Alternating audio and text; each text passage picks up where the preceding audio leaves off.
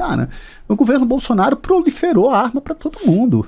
Para grileiro, para fazendeiro, para jornalista, com todo respeito de jornalista. Sim, sempre a jornalista também achando que a melhor maneira que o jornalista se defender é ficar armado. Só se fosse se defender dele. Tiro na fonte. Sim, mas aí não dá para agente socioeducativo, não, desarma IBAMA, FUNAI e ICMBio, que estão lá no meio da floresta. Olha o que aconteceu com Dom Felipe, né? Com Bruno. E quer dizer, você arma a população e desarma as instituições. Então, acho que a gente tem que tratar com responsabilidade esse tema, mas com o pé no chão. Não é simplesmente falando que eu não posso debater aumento de período de internação com adolescentes em conflito com a lei. Por que eu não posso debater o período de internação? E por que o senhor acha que que essa gente acha que não pode? Como é que é? Porque assim, pelo que eu entendi, o senhor não teve, me corrija se estiver errado, o senhor não teve, aliás, acho que nem o Valfrido aqui, não teve aquela distorção essencial na infância, ser militante de esquerda lá desde criancinha, né? Depois, no caso do Valfrido, jovem que teve adesão a determinados... O senhor não foi um militante de esquerda na juventude, foi? Não. Olha, por incrível que pareça, eu já falei isso dentro do PT, eu falo assim, olha, eu acho que eu sou muito mais petista do que muitos petistas, porque eu lembro que quando eu tinha 18 anos, eu desenhei, pintei uma estrela vermelha do PT com a caneta Bic, na camiseta Hering, e fui barrado na sessão eleitoral. Então, eu sempre assim... Tinha uns parlamentares no Espírito Santo que era de esquerda, que eu sempre votava, que eu estava lá, poxa, o Partido dos Trabalhadores... Mas o senhor não pertenceu a uma corrente, a um grupo? Nunca entrei no partido. Não foi um militante? Não. De direito, não. Eu acho que eu era de fato. De fato. Era assim, a minha atuação era sempre nesse sentido, sempre votando nesse campo, né? Então, eu, por exemplo, quando eu falo assim, poxa, quais são os programas sociais? Eles foram de fundamental importância para a população mais vulnerável. Você não vai lá no ProUni, o Pronatec, o ProJovem, Minha Casa Minha Vida, SISU, SAMU, Luz para Todos, Brasil Sorridente, quantos programas que efetivamente, para tentar dar um pouco de dignidade à população, isso vem do campo progressista. Né? Me perdoe, eu falei esses dias para irmãos meus de direita, eu falei assim, olha, com todo respeito, você já viu parlamentar de direita, extrema-direita, indo para as ruas pedindo direito dos professores, direito de trabalhadores, defendendo direitos humanos, povos indígenas, meio ambiente, mulheres, pretos, população LGBT? Você nunca vai ver. Mas fica numa obsessão para atentar contra a democracia, para atentar contra o Supremo Tribunal Federal. Eu morro defendendo o Supremo, tá? Você me perdoe, eu estou falando isso porque o comportamento do Supremo Tribunal Federal foi de fundamental importância. As pessoas têm que entender que não tem como. E a Suprema Corte ela tem um papel que ele é contra-majoritário. Eu exerço um poder que é majoritário. O Supremo não, ele tem um papel que é representativo. Quando nós não legislamos, ele que está ali para aplicar o direito.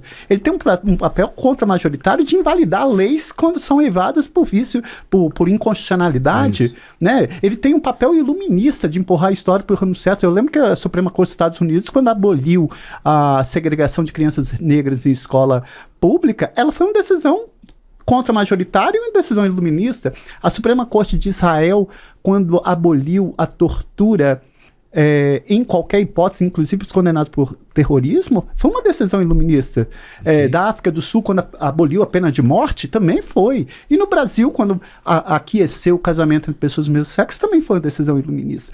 Então, as pessoas têm que entender que ali a função na Suprema Corte é contra-majoritária, é representativo, é iluminista. Então, ele está ali como guardião da Constituição Federal para assegurar todos os direitos, porque numa democracia é um governo da maioria, mas em respeito ao direito das minorias. A afirmação negativa, claro. ela garante Claro. aqueles que não pertencem. Claro. E quando se diz contra-majoritário, ainda que a maioria queira, ainda que vai ter que... não é assim. Se é contra a lei... se é contra a lei, não importa que a maioria queira. A maioria quer degolar alguém.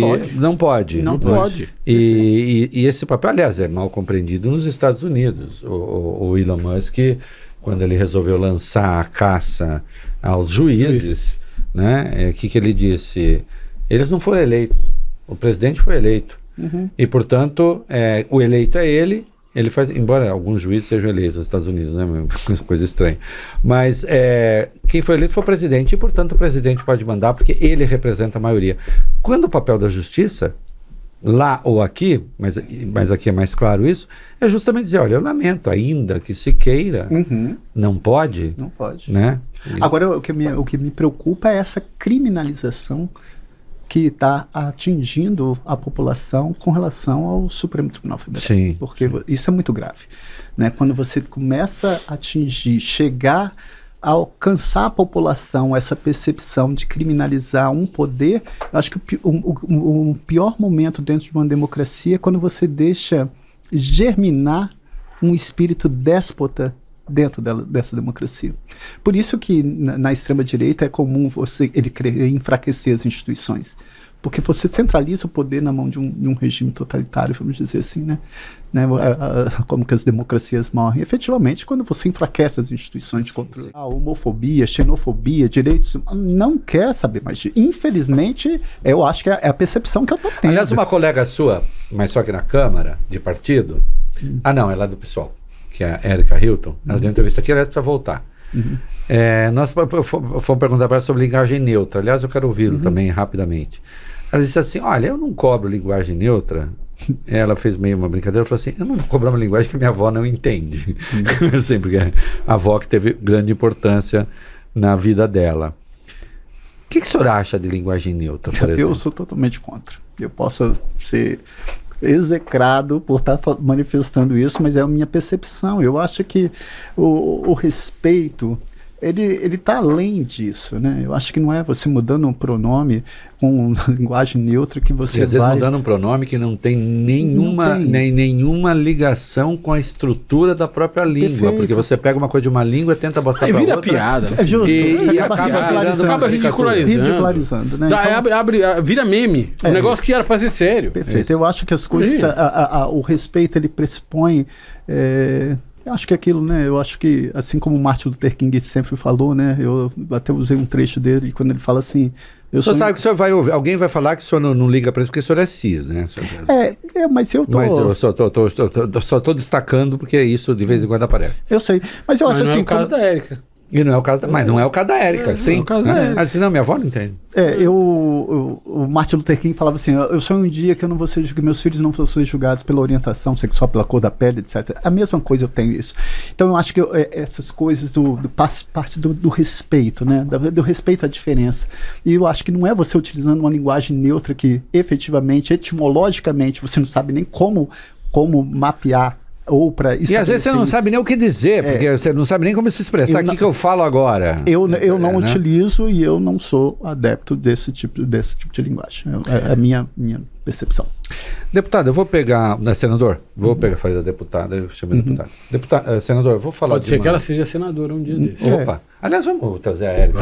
Caso ela queira. Né? Oi, Érica! Acho que vai querer. Volte aqui, foi um sucesso. Sucesso enorme. Senador, uma questão... que hoje ela cada vez mais é uma questão mundial, assim, a importância que isso está ganhando nos Estados Unidos, por exemplo, do Trump, aqui no Brasil, a questão do aborto. Né? Pouco falamos desse tema. Parece que o senhor já andou polemizando um pouco a esquerda em algum momento sobre essa questão, não? Como é que é? O que é que o senhor pensa? Nós temos uma legislação, sim, né? O Supremo ainda vai votar a questão da eventual discriminação via Supremo, e aí eu sou contra, eu já apanhei, porque eu não acho que o Supremo tem que fazer isso, mas enfim. Até o 3º mês, não sei o quê. Como é que o senhor vê essa questão? Porque também isso incendeia a praça popular. Incendeia a praça popular, incendeia a praça da direita, e não encontra apoio junto à população mais pobre, embora muitas vezes essa questão vitime as mulheres mais pobres. Como é que o senhor vê isso? Bom, na verdade eu tenho que entender, primeiro, que no Brasil, como você muito bem falou, existem as hipóteses do aborto legal, que está no artigo 128, que é quando não há outro meio para salvar a vida da gestante, quando a gravidez for resultante de estupro. E que o Supremo já ampliou no caso da anencefalia. Eu sou um pouco, eu diria, talvez um pouco conservador nesse momento sobre a interrupção da vida humana intraútero. Eu trabalhei como delegado no interior e eu tive casos que eu apurei de abortamento, né? E a gente vê também que tem um recorte muito forte que envolve saúde pública ali, que envolve a pobreza. E isso é uma realidade que o Brasil vai ter que debater. Eu acho que vai chegar um momento que nós vamos ter que debater sobre saúde da mulher, sobre saúde pública, sobre esse direito dela dispor no corpo dela, se ela pode ou não dispor dessa vida humana intraútero. Eu acho que esse é o momento que a gente tem que ter. Eu prefiro ficar com as hipóteses previstas no Código Penal por enquanto, porque eu acho que o Brasil ainda não tem esse debate muito mais forte de dar uma assistência para essas mulheres que são vítimas e que infelizmente optam por fazer esse abortamento. Então hoje eu não me sinto à vontade para falar assim, eu sou a favor do aborto hoje, que a mulher possa dispor renunciar a essa vida humana intraútero, caso ela queira. Eu acho que... O senhor daria ao Supremo o mesmo conselho que eu dei, deixa isso para o Congresso? Que é tarefa do Congresso, se for para mudar alguma coisa? Eu acho que nesse aspecto o Supremo tem que entender que sim, porque existe uma legislação. E essa legislação ela já está estabelecida. Essa legislação é de 1940, mas que tem uma razão de ser e que hoje está ali.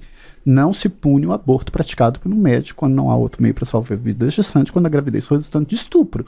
Ela já ampliou para o caso de anencefalia. Agora, ampliar o abortamento de forma indiscriminada, eu acho que isso é um debate que compete à casa que represente o povo. E especialmente no momento em que se votam coisas ali que tentam punir o aborto em qualquer circunstância, né? Que eu acho que é um absurdo. Que eu acho que incide na vedação do retrocesso ali, não passa. Né? E eu vou fazer uma última. Eu tô submetendo o senhor aqui uma sabatina da esquerda, etc. Que eu quero que a esquerda comece a ouvir o Contará. Não está ouvindo. Não está ouvindo. E ele tem o que dizer. E ele é brigador. E ele sabe que é discriminação. E ao mesmo tempo é uma pessoa muito elegante. E é uma pessoa elegante. No trato dos argumentos, das suas opiniões. Culto, conhece o debate.